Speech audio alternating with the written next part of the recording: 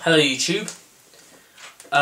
Today I'm going to be showing you my collection of all the audiobooks that I've got, because I'm really quite into audiobooks, because you know I can read, but I struggle to read and take in the information at the same time, so I don't really much like reading books, so I much prefer to have audiobooks to listen to. So I'm basically just going to show you all the audiobooks that I've got, collection. First one I'm going to show you is Alex Rider audiobooks. See if I can show it to you better. Here we go. Zoom in a bit. Yeah, it's quite a nice, it's in a very nice tin, you know, it's quite secure, very well protected. Yeah, it's a really nice tin, really. But I'm not sure. I think they might be quite hard to get now. Not that I've really properly looked them up, but I've looked other audiobooks up that I've got in tins, and they seem to be quite hard to get, and they don't seem to be as available. But I got this from the Book People, and yeah, it really is good. This has got the first 6 books in it. Stormbreaker, Point Blank, Skeleton Key, Eagle Strike, Scorpia. As you can see, they're all straight, aren't they? I really don't like discs to be a bit sort of out of position like that, or upside down. I like them to be in the perfect position.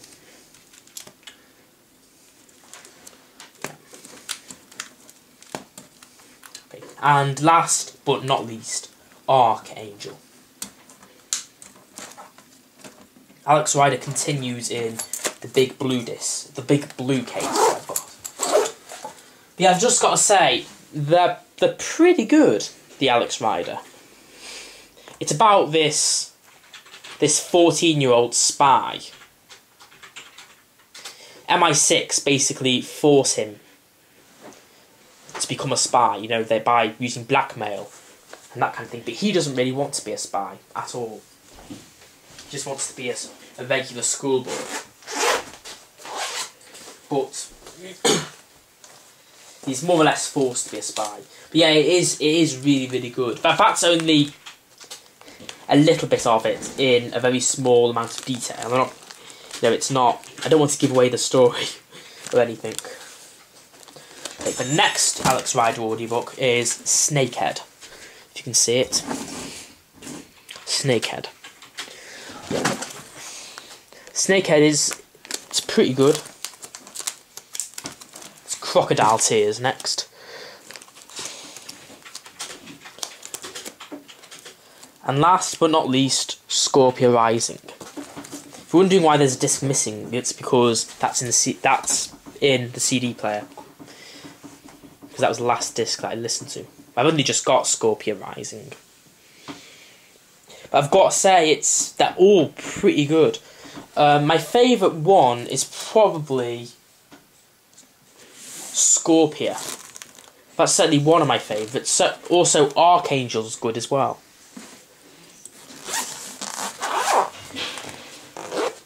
The next audiobook I'm going to show you is A Series of Unfortunate Events by Lemony Snicket.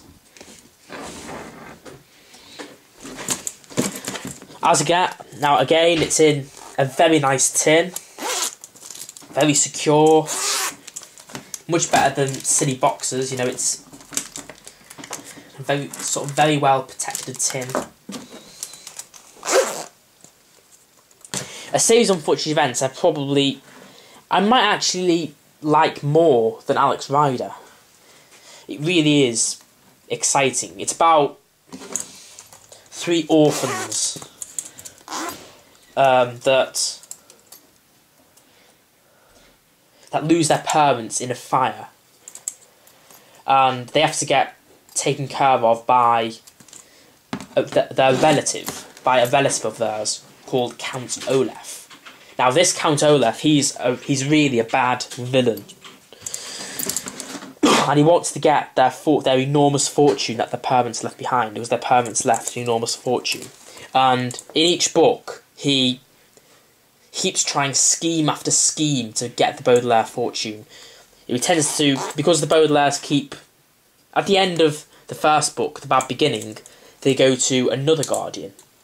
And in that he disguises himself as somebody else. In order to try and get the Baudelaire fortune. Obviously, disguising alone wouldn't get you the Baudelaire fortune, but yeah, that's one of the things. That's how it helps to get the Baudelaire fortune. He tends to murder a couple of guardians on the way. Sorry, I'm hopeless at explaining things. But yeah, I'll just open it up. Okay, not sure if you can see it that well, but it's the first one, The Bad Beginning. Second one, The Reptile Room. Third one, The Wide Window. Miserable Mill. Austere Academy. The Ersatz Elevator. The Vile Village, yeah, that's right. The Hostile Hospital. Carnivorous Carnival. Hang on a minute. Slippery Slope.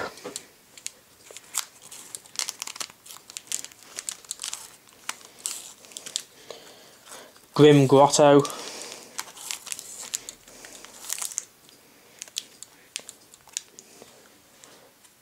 Penultimate Peril.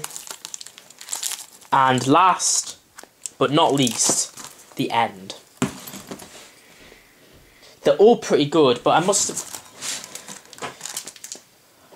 Yeah, they're all good, but this is a note to those who have already read a season of Unfortunate Events. I was kind of disappointed at the amount of questions that remained unanswered in the last book, The End. Questions like, what was the Great Unknown? What was inside the sugar bowl? Yeah, basically questions like them, really. I was really expecting to find out the answers to them, but I never did find them out. It was quite disappointing. But yeah, they are brilliant. Most of them are read by Tim Curry, and I must say they're read really, really well. See, I prefer dramatised audiobooks to read audiobooks, but these are read by a really good actor. And, you know, he puts on the voices so well for each character that it's almost as good as it being dramatised. So is Alex Rider, really. This is read by Oliver Chris. Well, some of them are actually read by Dan Stevens.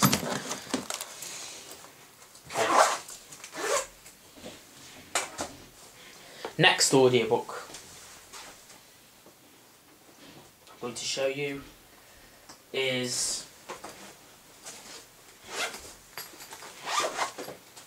Chronicles of Narnia. See, it's the Magician's Nephew. Lion, the Witch and the Wardrobe, Horse and His Boy, Prince Caspian, Voyage of the Dawn Treader, Silver Chair, The Last Battle. I have actually got a couple of the films of the Chronicles of Narnia as well. Lion, the Witch and the Wardrobe. I've got the special edition of that. So you can see it's sort of got a nice wardrobe cover. It's got 2 discs. First one is the actual film. Second one is... it's got loads and loads of making and stuff on it, like how they've made the film. In my opinion, it's quite interesting. A lot of people would find it boring, though. But yeah, as you can see, it's rated PG. Next, somewhere I have got Prince Caspian as well, the film of that, but I don't quite know where that is. So I'll just show you the Voyage of the Dawn Treader. That too is good. Again, it's got 2 discs. I haven't actually watched the second disc in this. But again, PG. I mean, they're not as good as the books. You know, I can't deny that the books are far better. But they're still pretty good films, you know, they really are. The Voyage of the Dawn Treader, I think, had some quite annoying changes in. And in Prince Caspian, they added a kiss between Caspian and Susan. And to be perfectly honest, I really, really didn't like that. Because that is just totally... That is just not what C.S. Lewis would have put in the fit. Sorry.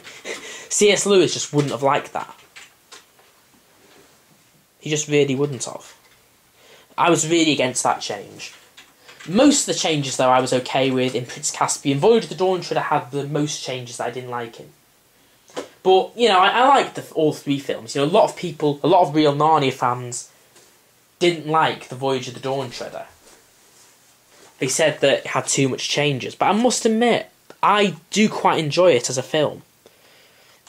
Just as long as you accept the amount of changes. Sorry for going on about the films then, I'm getting a bit sidetracked. Anyway, okay, the next audiobook, The Hobbit. The Hobbit is the book before The Lord of the Rings. It's basically like, you know, how Bilbo found the ring and the quest for the Misty Mountains. Yeah, there's a film coming out of it in December this year. So if you want to find... Well, of course you can just read the book or listen to the audiobook if you want to find the story. If you want to hear the story of it. Or you can wait until the film comes out. But I'm not sure how close to the book the film will be. But it does look fantastic. Okay, in fact now I'm going to show you the book which came after The Lord of the... Sorry, the book which came after The Hobbit.